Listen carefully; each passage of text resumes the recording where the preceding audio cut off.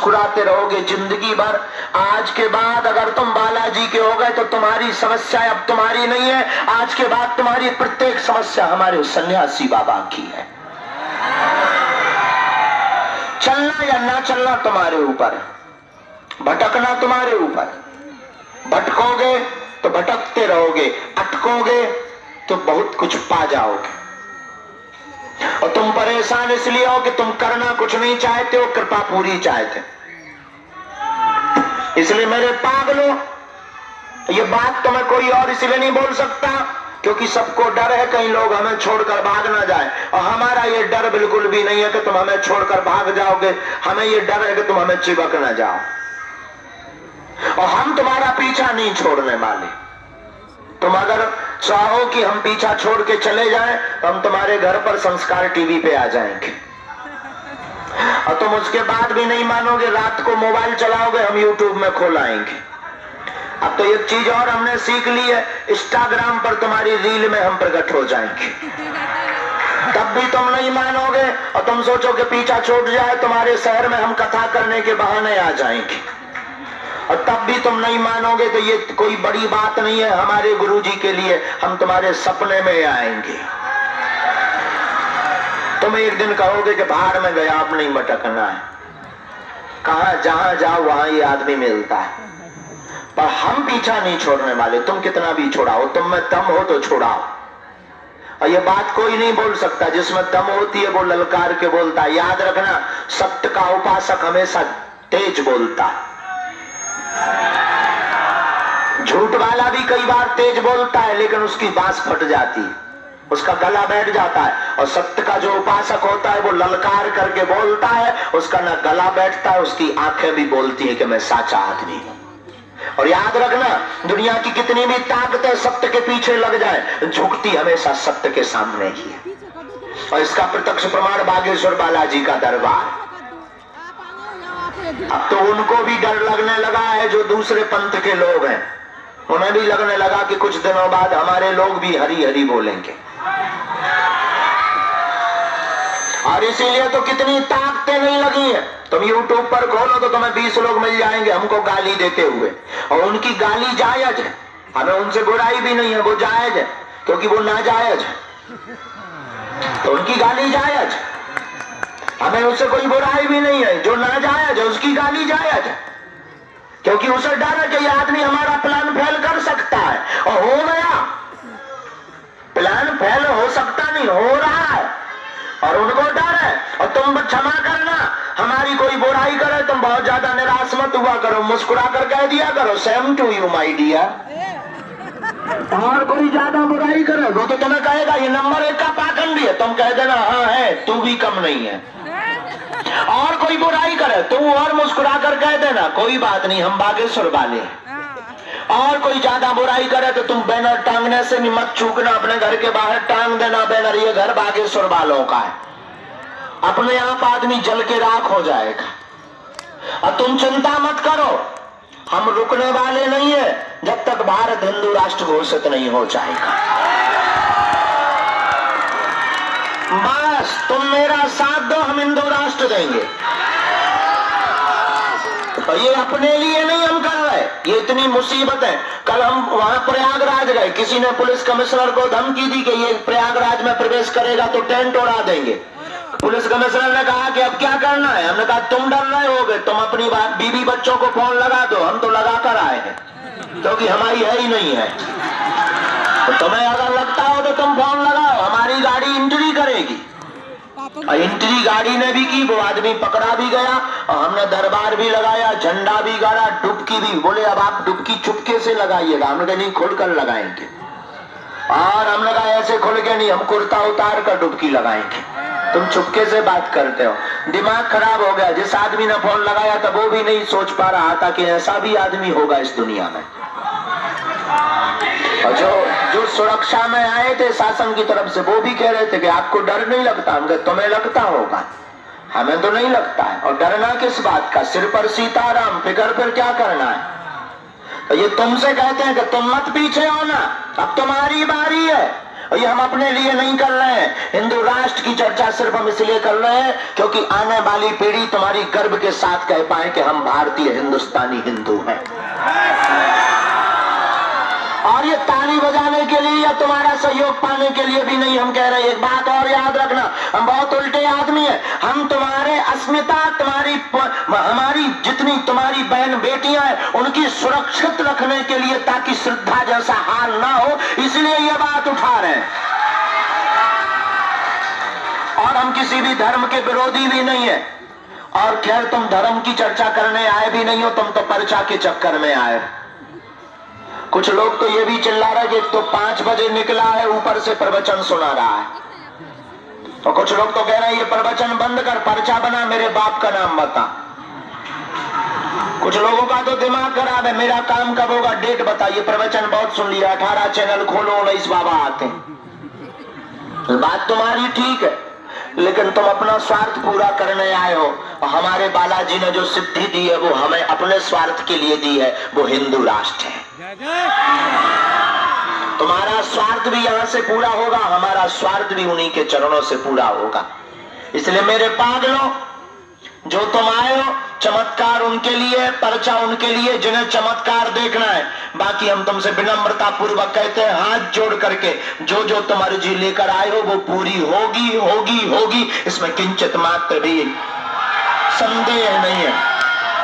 अब तुम्हें संदेह हो तो भगवान बचाए, हमें संदेह नहीं है। तुम्हें अगर संदेह है तो भगवान बचाए, फिर इसके लिए पहले तुम ठोको, बजाओ अपने आप को।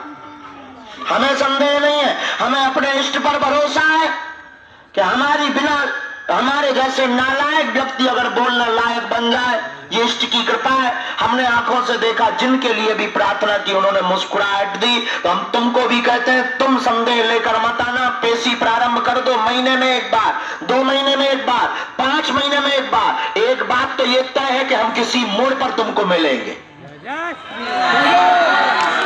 और दूसरी बात ये तय है कि जो विपत्ति है उस पर आज से ही बागेश्वर बालाजी की सेना पहुंचने लगेगी।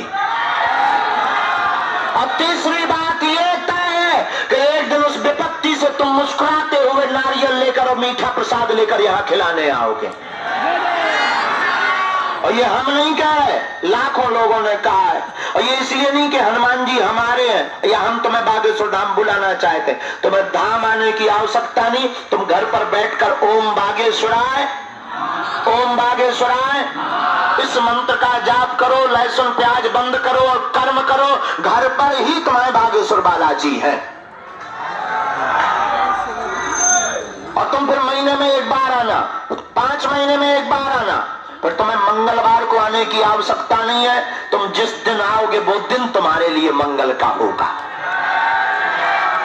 घर में भूत बाधा है, मंत्र नोट करो, बीज मंत्र, ओम बागेश्वराय वीर वीराय हुम फट स्वाहा। ओम बागेश्वराय वीर वीराय हुम फट स्वाहा। इस मंत्र का 108 बार जाप करना प्रारंभ कर दो। 5 लौंग रोगी को, भूत बाधा रोगी को बांधना प्रारंभ कर दो। जाओ, नकारात्मक ऊर्जा में आराम लगने लगेगा। आशीर्वाद है। घर में बीमारी है, एक बात तो याद रखना, तुम कलयुग में कितने भी जगह भटक लो, अंत में तुम्हें हनुमान जी के चरणों में ही आना पड़ेगा। क्योंकि कलयुग के राजा सिर्फ हनुमान जी हैं। कौन है? और देवता हनुमत से संकट कटे जो सुमरे। केवल एक हनुमान जी हैं जो तुम्हारे संकटों को मिटा सकते हैं। तुम्हें आना इन्हीं के पास पड़ेगा। और आना जब तुम्हें इन्हीं के पास है तो तुम कहां वृथा भटक रहे हो मेरे पागलों। याद रखना, जिसकी जो खोज होती है उसे वही दिखाई पड़ता। जिस दिन तुम व्रत रखोगे उस दिन तुमको जगह जगह रेस्टोरेंट दिखाई पड़ेंगे। जिस दिन तुम भूखे होगे तुम्हें जगह जगह होटल दिखाई पड़ेंगे। जिसके अंदर काम वासना रहती है उसे स्त्री और पुरुष ही दिखाई पड़ता है। लेकिन जिसके अंदर राम वासना रहती है, राम को पाने की चेतना रहती है, उसे हर जगह राम का भक्त दिखाई पड़ता है। तो अगर तुम्हारे अंदर बालाजी को देखने की या बालाजी को पाने की इच्छा जग जाएगी, फिर तुम्हें हर जगह बागेश्वर बालाजी दिखाई पड़ेंगे। हर जगह तुम्हें सन्यासी बाबा दिखाई पड़ेंगे और जितने भी प्रश्न तुम्हारे मन में जागेंगे उन प्रश्नों का उत्तर अगर सन्यासी बाबा के तुम हो जाओगे तो तुम्हें 2 दिन के अंदर सन्यासी बाबा ही उत्तर दे करके जाएंगे स्वप्न में। और सन्यासी बाबा वो जिन्होंने 300 साल तक तपस्या की, आज भी अदृश्य रूप में सन्यासी बाबा वो हमें और तुम्हें दिखाई नहीं पड़ते, लेकिन उनको हम तुम जरूर दिखाई पड़ते हैं। इसलिए मेरे पागलों, पर्चा तो एक बहाना है, असलियत में तुम्हें बालाजी का बनाना है, लेकिन तुम्हें मानना नहीं है। तुम्हें फिर 1 घंटे बाद बोलोगे पर्चा कब बनेगा, क्योंकि बदमाश तुम नंबर 1 के हो और हम भी तुमसे ज्यादा बदमाश है, हम भी पर्चा ही बनाने वाले हैं। लेकिन कोई बात नहीं, फिर भी हम तुमसे कहते हैं तुम नारियल बांधो और एक बात बताओ, क्या तुम हर समस्या का समाधान पाना चाहते हो या एक समस्या का? क्या तुम चाहते हो मेरी प्रत्येक समस्या का समाधान हो? क्या तुम चाहते हो कि मैं अब अन्य जगह भटकूं ना? क्या तुम चाहते हो कि मुझे बालाजी की कृपा मिले? क्या तुम चाहते हो कि हनुमान जी मेरी अर्जी सुने? क्या तुम चाहते हो कि सन्यासी बाबा के दर्शन हो? यदि चाहते हो तो 2 शर्तें हैं हमारी। पहली शर्त, आज से हमारे चक्कर में पड़ना बंद कर दो, और दूसरी शर्त, मंदिर चढ़ जाओ, जो विपत्ति हो, जो समस्या हो, जो बाधा हो, हाथ में नारियल लेना और बालाजी को और सन्यासी बाबा को देखकर कहना आज से तुम हमारे हो गए और हम तुम्हारे हो गए हैं। एक शर्त और है, और ये शर्त तुम्हारी जीवन में क्रांति लाएगी। अगर तुम थोड़े से भी बुद्धिमान होगे और बुद्धू होगे तो तुम्हें दुनिया की कोई भी ताकत या कोई भी मंत्र या कोई भी चमत्कार नहीं बचा सकता। और अगर तुम थोड़ा भी बुद्धिमान हो तो अंतिम शर्त तुम्हारे काम आएगी। आज के बाद या तो तुम हनुमान जी को मानना छोड़ देना या आज के बाद हनुमान जी पर सब कुछ छोड़ देना। 2 में से एक करना। आज के बाद या तो तुम हनुमान जी को मानना छोड़ दो, सन्यासी बाबा को या गुरु जी को मानना छोड़ दो, या आज के बाद सब कुछ गुरु जी पर छोड़ दो। जब जो होगा वो तुम्हारे हित का होगा। और फिर हम कहते हैं तुम्हें गुनिया, ओझा, तांत्रिक, अन्य दरबारों में, अन्य जगहों पर अपना शोषण करवाने की आवश्यकता नहीं पड़ेगी। तुम्हारी जिंदगी की प्रत्येक कमी बागेश्वर बालाजी के चरणों से ही पूर्ण हो जाएगी।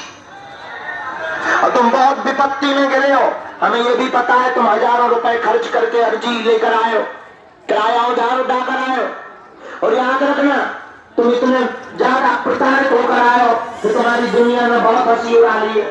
तुम्हें दुख को इतना घेर रखा है, दुखों ने, विपत्ति ने, कि तुम